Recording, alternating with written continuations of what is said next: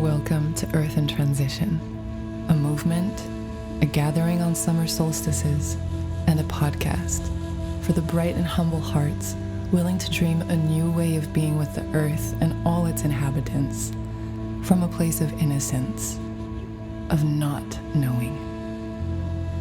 May today's conversation reach you with the love and intention that created it. Today, our ears are graced with the heartfelt words of Olivier Ciais, the visionary and blue note soul behind Earth in Transition. Giving you a hug and welcoming you into this space.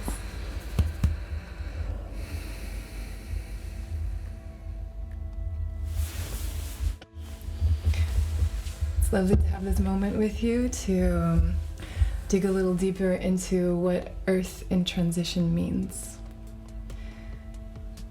We hear right and left that we're in a point of great change, a point of turning, that we're undergoing a transformation, that we're on the precipice of cataclysmic change. And I would like to pick this idea apart. Everything is in constant fluctuation and change, so what makes this moment different to others? Could you, so first of all, this is the question. Let me just paint a picture of who you are to our listeners. So I'm sitting here with Olivier Ciais, who is from a background of being a primary school teacher, as well as a former climate activist, and who today is someone I know as not only a spiritual example of a way of being in the world, but also someone who puts words and thoughts into action, who gathers people, and who has been able to create an entire permaculture school in the south of France, in the well-known city of Nice, and combine this school of learning how to be with the earth with a school that allows children to grow with their feet on the earth, surrounded by trees. And these two spaces coexist to teach a new generation how humans can be in symbiosis with nature. So this space already exists, and you are currently seeding a meditation school further up in the mountains in the south of France. So, let's dive into this grand question of what is Earth in Transition? Thank you for receiving me and for this introduction. I think at least 15 years ago, at the same time I was journeying with my wife in the Himalayas, and we were trekking into the ranges of Trans-Himalayan, Great Himalaya and so forth, and we were just witnessing the complete change of climatic conditions and how it affects people living there. And we had a physical experience of this, which it's a place where I feel like I reopened to some places in my heart and soul that were really touched by meeting again these places, and also like just witnessing the beauty there is, and somehow the injustice also of these generations living there, these beings with so much harmony of living with the living world, that were maybe the first touched by the climatic disorder.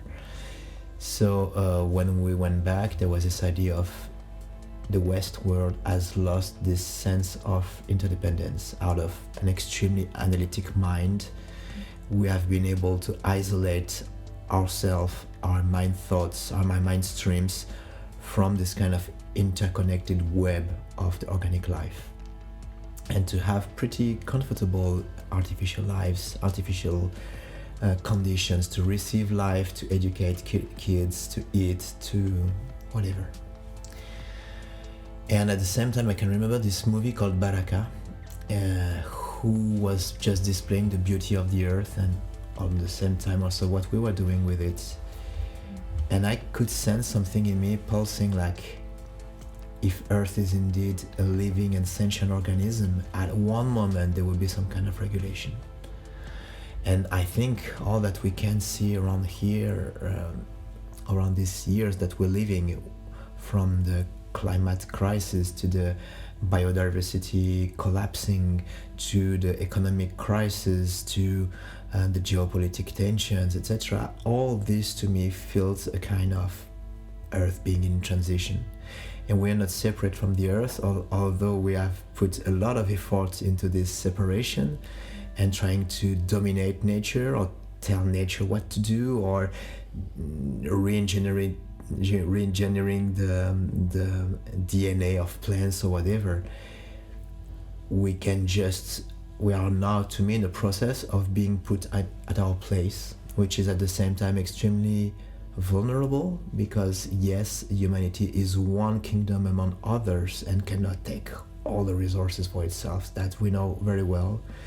But maybe there is a deeper sense of being put back in our place. Maybe our place is absolutely stunning, because we are maybe in a position within this biosphere to be a kind of middling principle between the kingdoms of nature we know very well, which are the mineral kingdom, the vegetable kingdom, the animal kingdom, and some kind of larger, deeper sentiency that the ancient would call anima mundi, or that I would call harmonia mundi.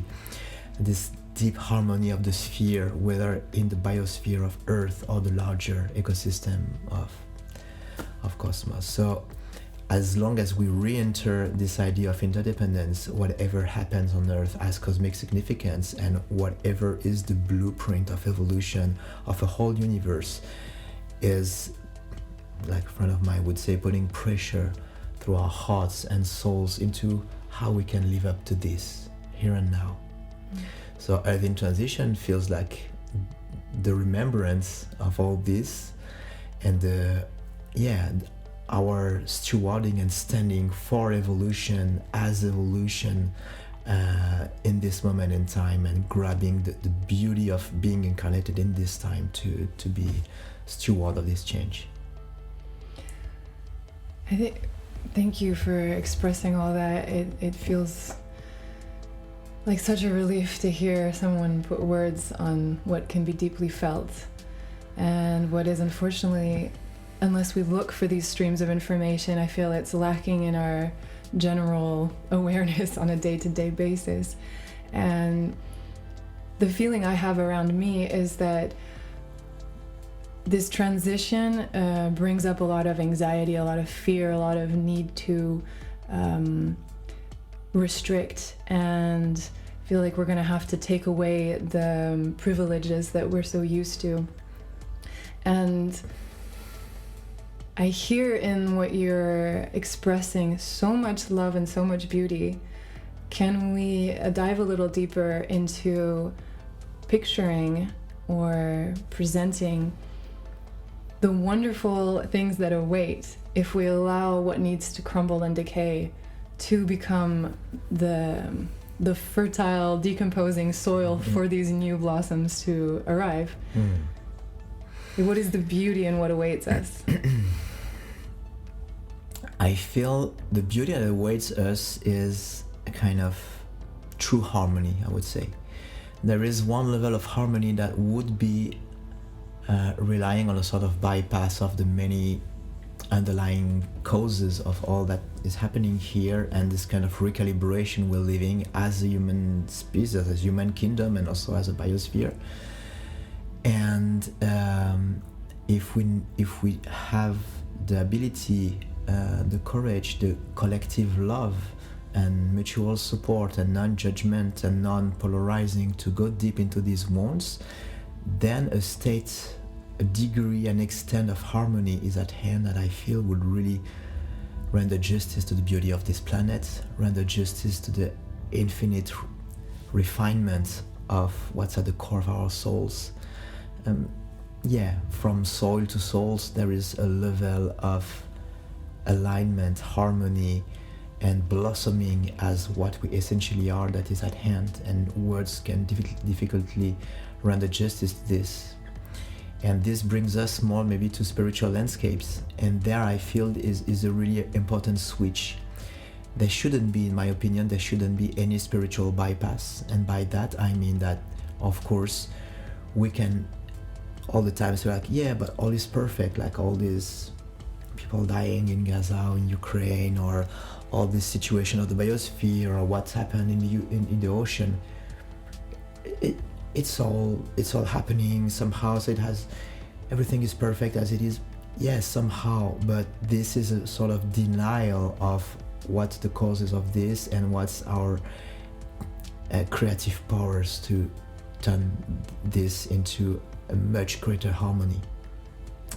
And there is also a non-spiritual bypass, which I've lived, for example, in transition projects or climate movement, etc. There can be a sort of bypass of the spiritual, meaning a bypass that this has deep metaphysical, philosophical, spiritual implication that if we don't look at and don't take in account, we're gonna think we can recreate another failure system, because we will have solar electricity instead of nuclear one, we would have compost instead of recycled bins.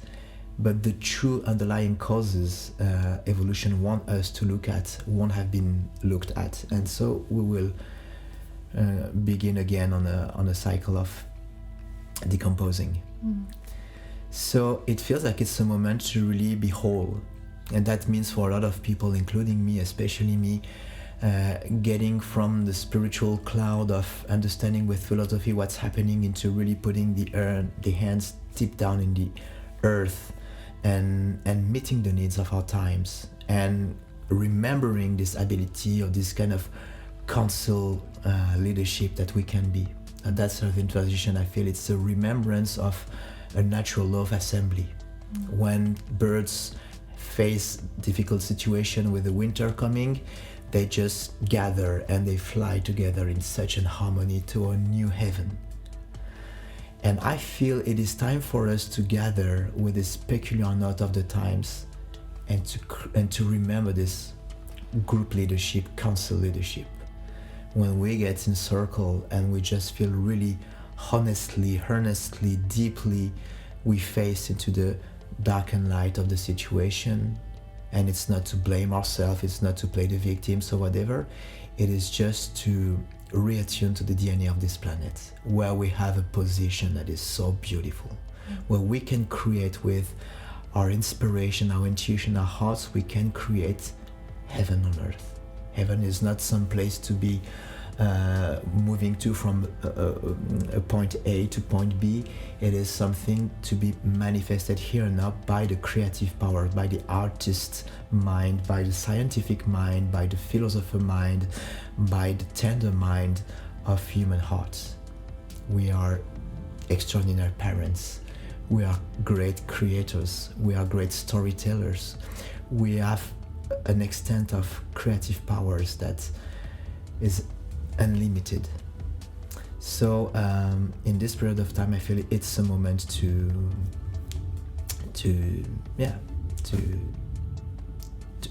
really gather all this strength and use it. Yeah, there has definitely been a isolation process over the hundreds of years that have gone past. It's like we're more and more into specialization. And it sounds like what you're proposing is gathering these various fields and their beauty and their knowledge, but bringing them together. Putting in the same space a biologist and a furniture designer and a soil expert and a musician, and seeing how they can see from a wholer picture not only the material space, but also the invisible space that governs the movements. Yes. Bruce Lipton is speaking, for example, of spontaneous evolution. So this can manifest at various levels, right? It can manifest in changes in our DNA, which is constantly evolving. For example, with the numeric, the little ones, like the age of my son, has some kind of new extensions of DNA that make them much more fit to this environment that they inherit. And there is also a sort of spontaneous evolution of consciousness, which I feel we we can really fully grab the bandwidth of. There is a definite level of accomplishment for humanity to have been able to evolve up to this point of refinement of the intellect, right? It is not, there is nothing that I think is not sacred about it, because we had also to get a little bit farther away from Mother Nature to understand that we can also be this kind of child in between the complete abstract of the worlds of the father of Uranus and the mother Gaia, right? And to do that, I think, and the West is particularly gifted into that, we have been traversing a long tunnel of isolation in the mental to be able to analyze everything, to be able to feel, not being separated, but feel separated from anything, to find in ourselves the resources and to have the very mean of separation, the mind, the analytic mind, recognized through science by itself that everything is interconnected, and that we have 150 years ago with quantum sciences, or last century the birth of ecology and so forth, and then there could be bridges between various tides and various places in the world, because then we understand the culture and the worldview of indigenous people on a completely different perspective, and we understand the deep, extremely deep wisdom and understanding of the world that we have been mocking because of our own so-called sophistication of the mind. It's because I feel we are heading this spontaneous evolution in consciousness, for me, is heading from analytic mind into synthetic mind. And synthesis means two things. It means the ability to relate. The mind of synthesis is what relates various movement, keynotes, organs of the planet into one tapestry that shines the beauty of wholeness for this planet. And each culture has its gift, each nation has its gift, its bedrock has its specificity, and the whole, because it is differentiated, has this complementarity and linkage of all this, is the engine of life, is the engine of evolution. This is why it's such a beautiful school, because from one continent to another, one movement to another, one culture to another, you are from joining into various perspectives. But the mind, the consciousness rather than the mind that can embrace all this and open to even greater landscapes, is not the analytic mind, it is the synthetic mind, which is now a sort of bridge, and we go maybe to San Francisco here. There is now a bridge between this kind of separative consciousness that also enables us to build, to somehow to have been able to live in density, and the synthetic mind that can open and be a kind of plate of impression for a greater imagination, intuition, consciousness. And the image here is that in every evolution we can take this example of the metamorphosis, so the imaginal cells that transform the caterpillar into the butterfly.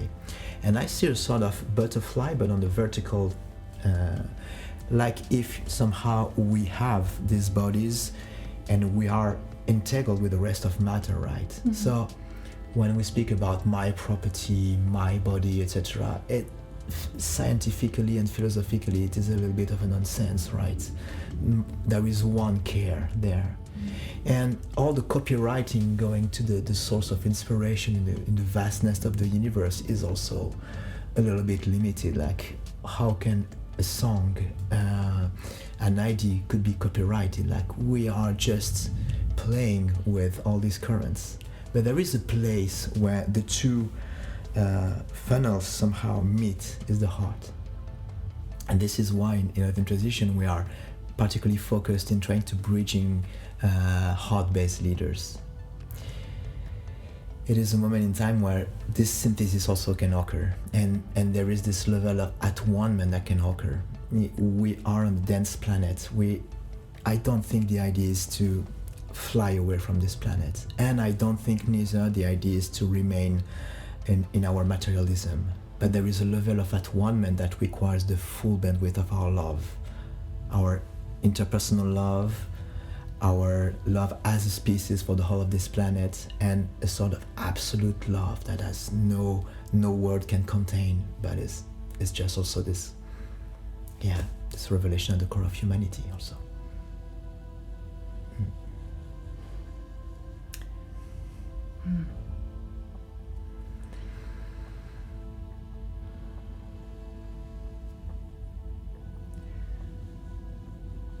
So this gathering of hearts, powerful hearts, there is a weaving underway. It's ethereal for now, but it's coming together little by little.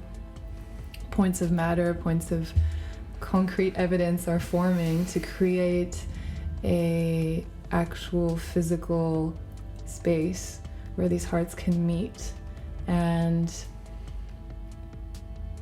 sit in silence and welcome something that we don't know yet.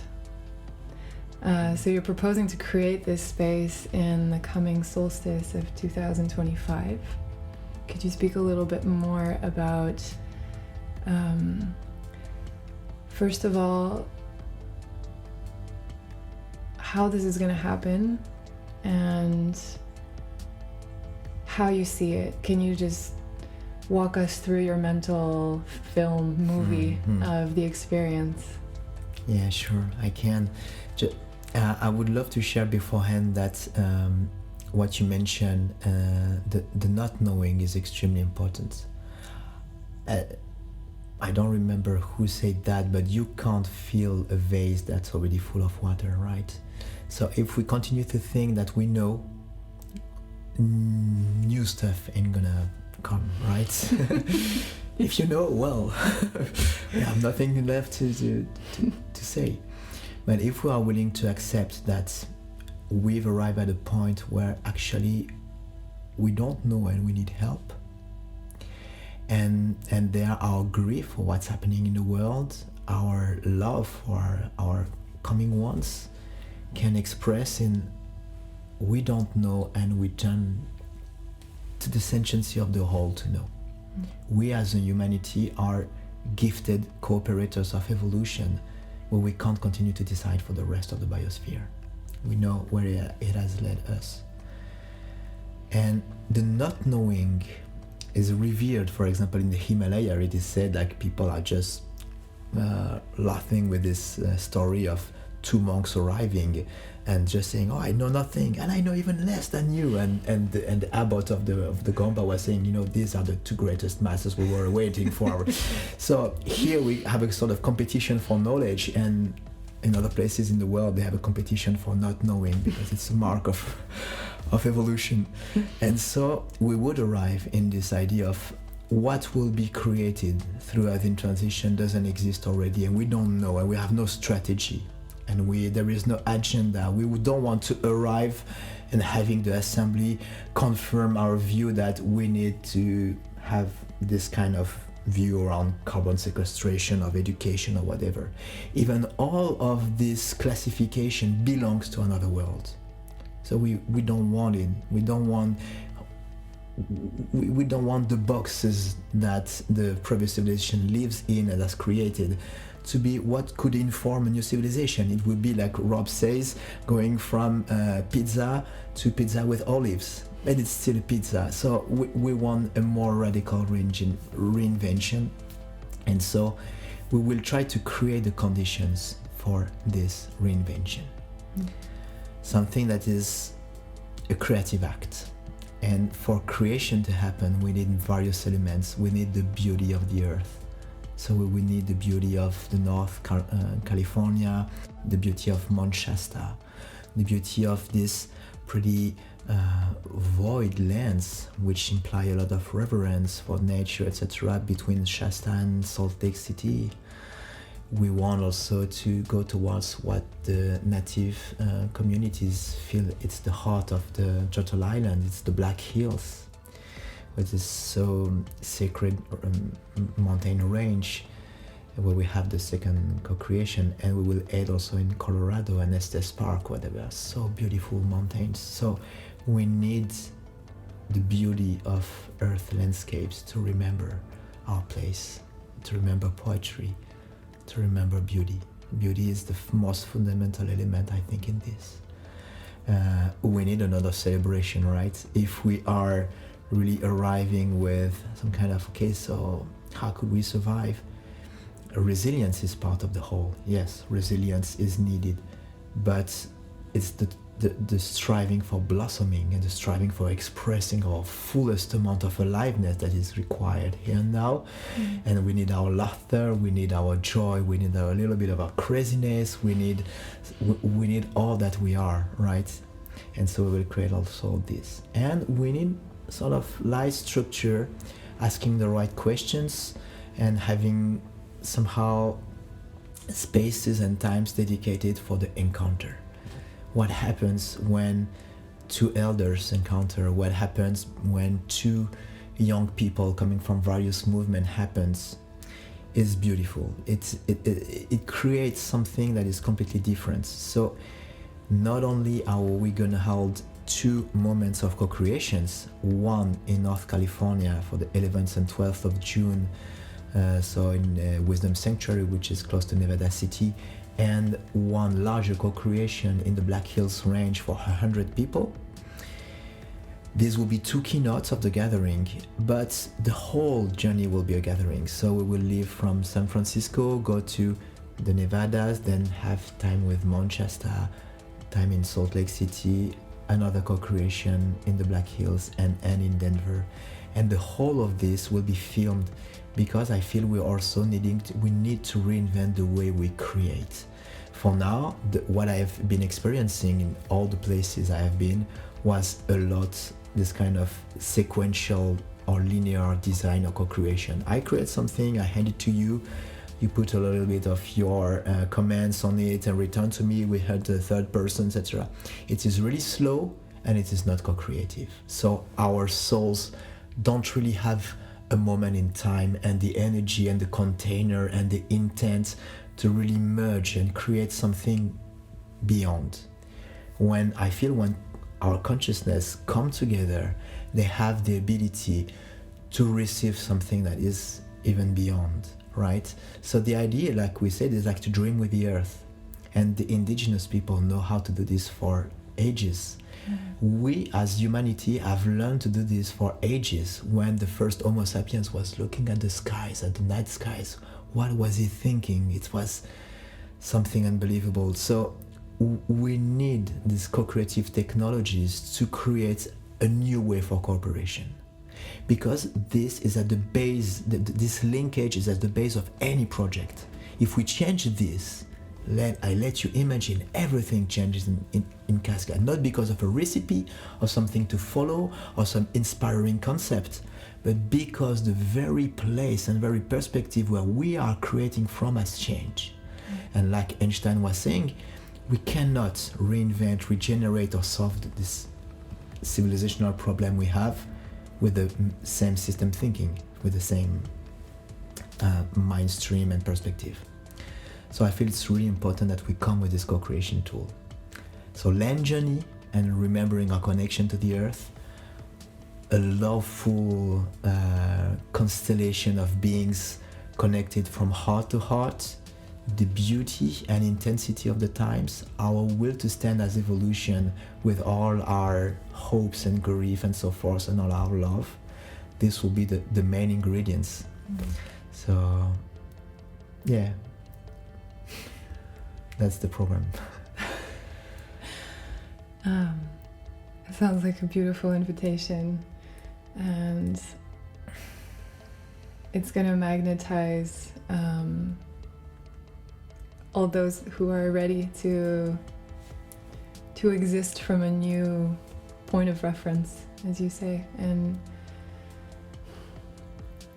I would like to ask, why did you choose the United States as the welcoming land for the second edition of Earth in Transition as an event? Because Earth in Transition is an idea, as described in the first part of this exchange, but it is also an event, a gathering. And the first edition took place in the south of France, where your meditation school is going to be growing from. And from my perspective, having been magically last minute drawn into this event with my heart saying absolutely yes, although I had no idea what you were describing when you called me up. In a few words, I can only say that I was deeply moved by the fact that you were able to gather souls from the farthest reaches of the earth, from South Africa, from Hawaii, from Finland, from literally all over, just a handful of very powerful people who hold this note of love in their hearts, and they gathered in a cave in the side of a mountain and were connected to people also thanks to technology and our rational mind through Zoom, to souls in New Zealand and many other places in the world, Ireland and the States, etc. And you created a space for us to dream new mythologies, as you say, for our planet, because we need new stories to guide new ways of being. So would you like to maybe describe a little bit how that first edition was for you and how that birthed the idea of then proposing the second edition from California to the Black Hills in the States? The first edition came to me, and as the whole thing around Earth in Transition, it came like I was really feeling there's this part of our inner or spiritual life that is turned towards dissolving into the absolute and contemplating the beauty of the new universe and into really abstract things. But there is also this kind of applied spirituality that wishes somehow to pour the content of his heart into the world, right? And I was really feeling like always thinking like, what can I do? How can I be of service right now? And there was something like a Earth in Transition. Oh, sounds good. And there was this idea of EIT, making 8, and I saw this also really permaculture or Möbius or infinity ribbon here. And that was a seed really that came. Some kind of dreaming with something, someone, whatever, but there was this seed that came, and I didn't really understand what it was, but there was something about seeding of a new culture. And progressively it took the shape of really, what's important. What was coming into my mind was, for example, Chief Arthur Looking Horse and the White Calf Prophecy, and this idea that we are at crossroads and we are either distracted or paralyzed and we don't know which way to choose, because maybe the way is too simple for our extremely sophisticated culture, civilization minds. And I had some kind of like imagining some, Maoris together in circle, and the vibrancy of life, because they remember how to listen to the bedrock, to the skies, to the earth, to the forest. It's in our DNA also in France with the Druids. It's in every nation DNA, right? This what we call law of assembly. So it should be a gathering of beings who have the ability to connect to some extent to the knot of the one humanity, the whole of humanity, without any question of polarities or cultures or whatever, and to the knot of the earth. And maybe these beings would be able to fit into evolutions, really have the courage to face the unknown, and maybe let a few keynotes or next step in evolution be felt. And I wanted to manifest that way earlier, but it happened to be in 2024. The first yes was, for example, Rob Hopkins, which was who is the founder of the transition movement. What was, I felt like, yes, in the transition movement there is this call for collective co-creative action in simplicity, in joy, in thriving communities. Imagination has power. It has the power to manifest. It can manifest a street in transition, a town in transition, a whole movement worldwide of towns in transition. It is happening right now. I could feel into like all these roots, like the World Peace and Prayer Day of Arthur Looking Horse, Bruce Lyon, Janine MacDonald, Johnny Duncan, or so many inspiring and inspired leaders of also who ring the note of somehow applied spirituality, a spirituality that comes into the world to meet the need, not the spirituality of retreating from the world and pretending that the problem doesn't exist, but to the contrary, coming into the world with the gifts that we have, the energy that we have, with the love that we have, and show up as this in the world. And there is art also, because art has, to me, the ability to really open the cage of the mind, because it subjugates us with beauty. When Jacare began to play in Saint Claude above the cave and near that mountain, you were here, I had tears coming, because it was their hearts turned not even into words but into sound waves, and it was touching my heart so deeply.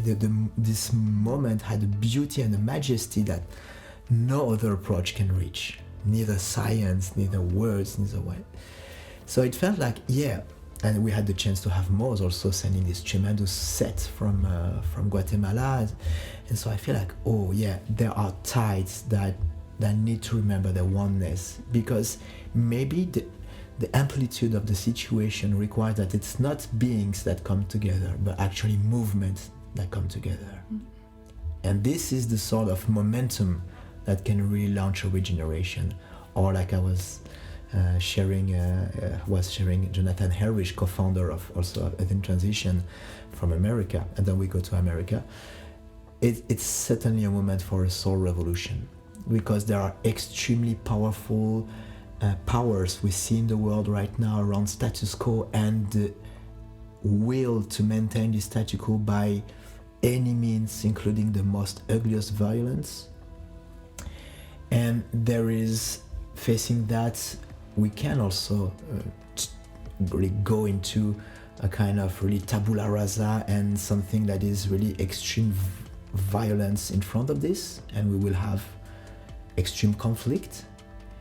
But I feel there is a way for the firmness, the determination, the love, the skillfulness, the creativity, the imagination, and the ability to manifest of the soul when we come together, that is a middling way.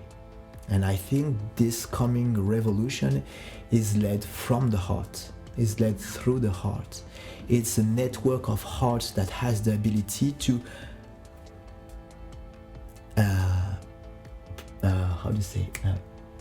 put the power off of the mind and its wars. And we have elements of prophecy of this in almost all nations, and we can, for example, call Joanna Macy from Deep Ecology and the prophecy of the Shambhala warrior. It's beings that basically dive into into the core of the places where the tools of destruction are created. And the tools of destruction are not necessarily an atomic bomb. They are the separativism, they are the racism, they are the position of the feminine or the position of the South, etc. They are the various outdated thought forms within humanity that we have outgrown, that are past their use of date, but are nonetheless still so extremely powerful that they create the situations we have right now into the geopolitical realms. And so it is time to decree something else. So why USA? Because I think France and USA have a common DNA for revolution. It was a solstice, it was the 19th of June when the elders in France, you were speaking of our privileges, they just dismantled the privileges in one night, right? They created the Human Rights Bill in one night. They were there with an amount of dedication to evolution that was really sending a demand to this planet to say, we are willing to be helped, we are open to be helped, we are open to receive. And I think the USA have that power. And also at a magnitude, they have a magnitude of power that makes it that when I was so fucking touched by Jonathan Livingston, the seagull, when I was a child, or we can remember the 60s and the flower power. We can remember many examples up to Hollywood, and for example, what keynote is the Matrix movie for the whole world.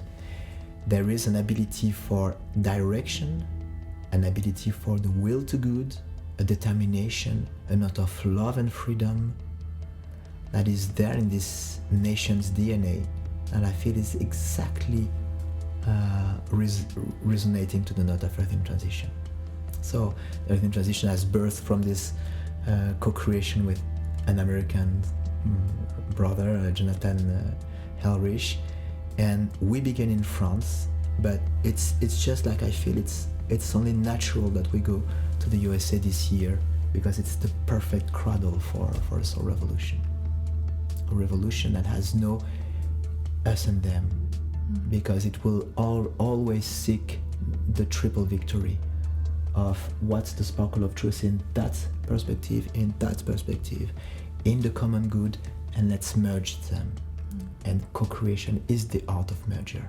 Mediation is the art of merger.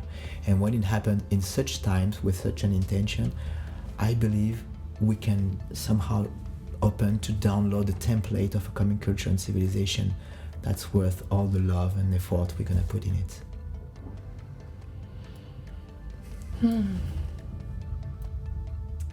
I can't wait.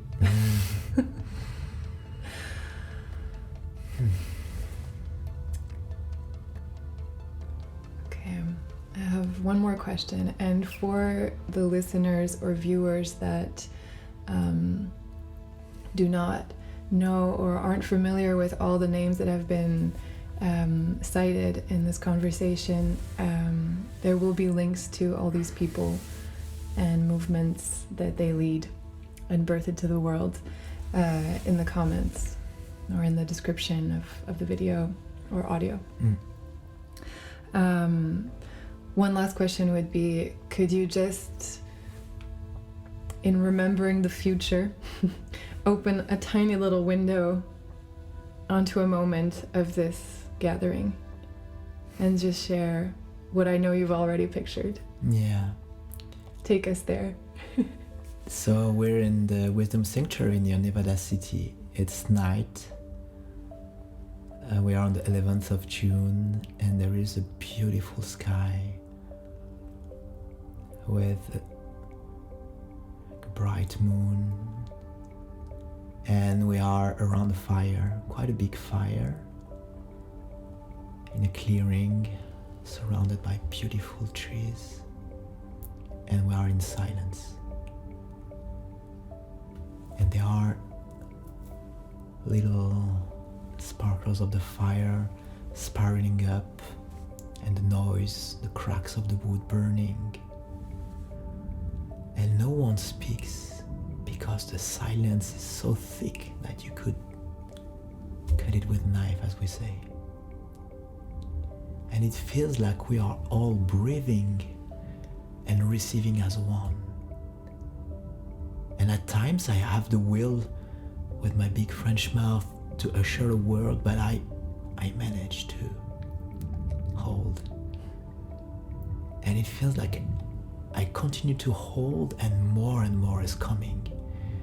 And it can be from this speaker, that young girl, that member of the team, the fire, that tree, that rock, I don't know, but there is a maelstrom of inspiration that comes. There is a symphony of keynotes that is there and builds up a kind of whirlpool around the fire, like as the fire, and we are just dreaming together deeply.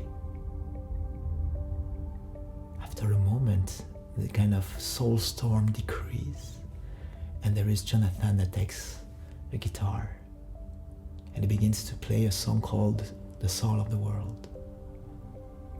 And we have goosebumps, and some of us even cry for the beauty of that moment. And all there could be washed out by time, but it is also discreetly filmed by a friend who has tremendous picture and photography, so that all this magic will at one moment be shared. Or that silence, the sound of that silence will be shared.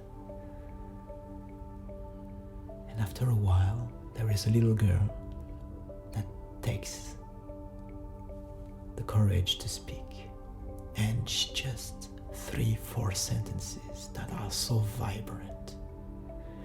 It feels it's not her speaking. It feels it's the core of the love of this planet speaking and whispering to our souls, awakening calls to remind humanity of its beauty and of its duty, of its capacity to hold and create beauty for itself and the whole of the biosphere. But also, between the worlds there is something that relates to what are we? What steward of an infinite wisdom we are? Because as Chopra would say, we are the larger infinite. We are the universe on this earth. Maybe we are just like more little than bosons for the size of a galaxy. But nonetheless, we are this. And so at the same time, we are vibrating to the note of the times and how we can stand here and now. And at the same time, we are contemplating how vast, infinite, and beautiful life is. And it is that tension between the universal beauty and the peculiarity of times that create this stream that we are receiving. And so another long moment of silence follows.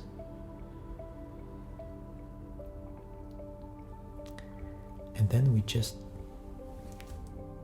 stand and we move. And we move a little bit farther away when there is a little spring.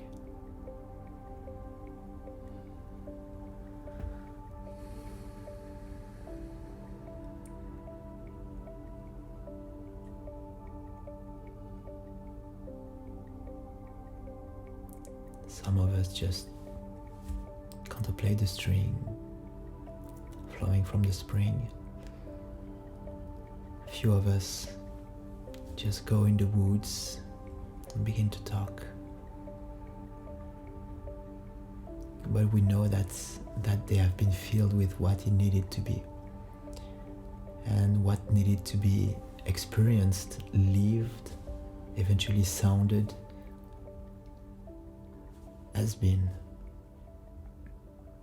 And as a sort of continuation, it will be taken to the second co-creation in the Black Hills.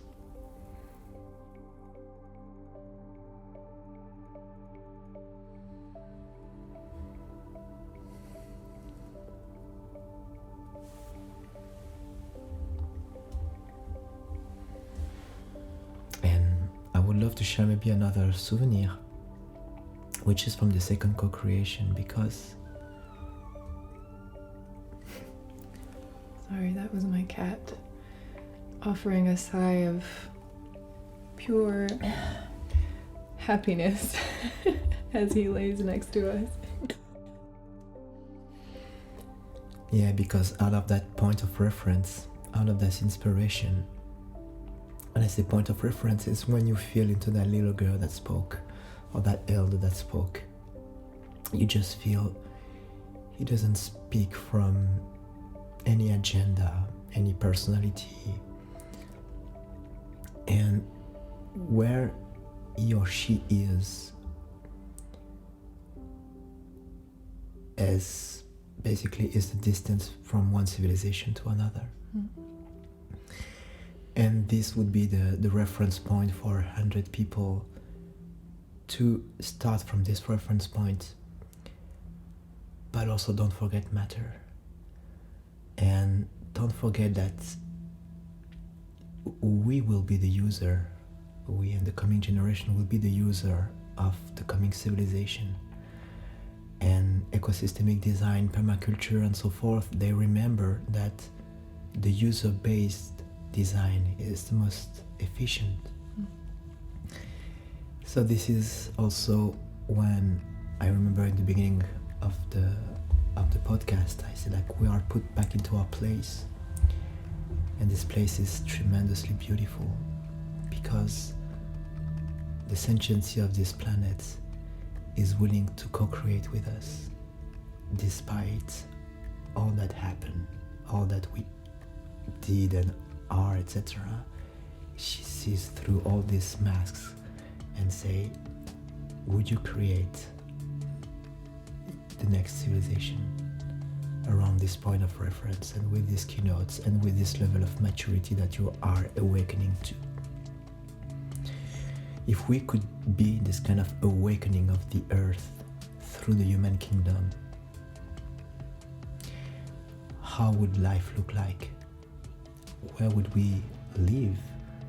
What would be a family constellation? What would have the sense of what the word work would mean? I just feeling here the great work of the alchemist, right? This work, we have the chance to have a body and to be in density. We have the possibility to turn all the heavy metals, whether the physical ones or the ethereal ones, to turn them into the next steps of evolution. How do we receive, call in, are called by the coming souls? How do we return to nature? How do we return to the forest? How do we heal ourselves and the world? How do we listen to the symphony of the spheres and create a new mythology that is elevating our thoughts and our inspiration, so that we are basically living day by singing the beauty that there is to be this human on this blue globe, on this solar system. All feels given. It's just about a remembrance. We have been trying to fabricate a lot, and I feel maybe we could be entering a civilization of non-fabrication, living the simple and essential and astonishing truth of what we are.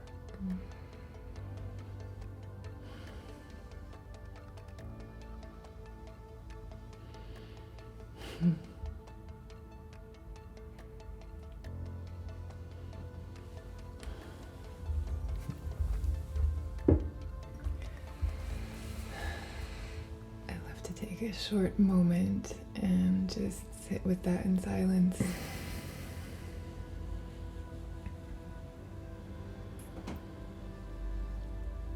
Allow each listener or viewer to feel into those questions.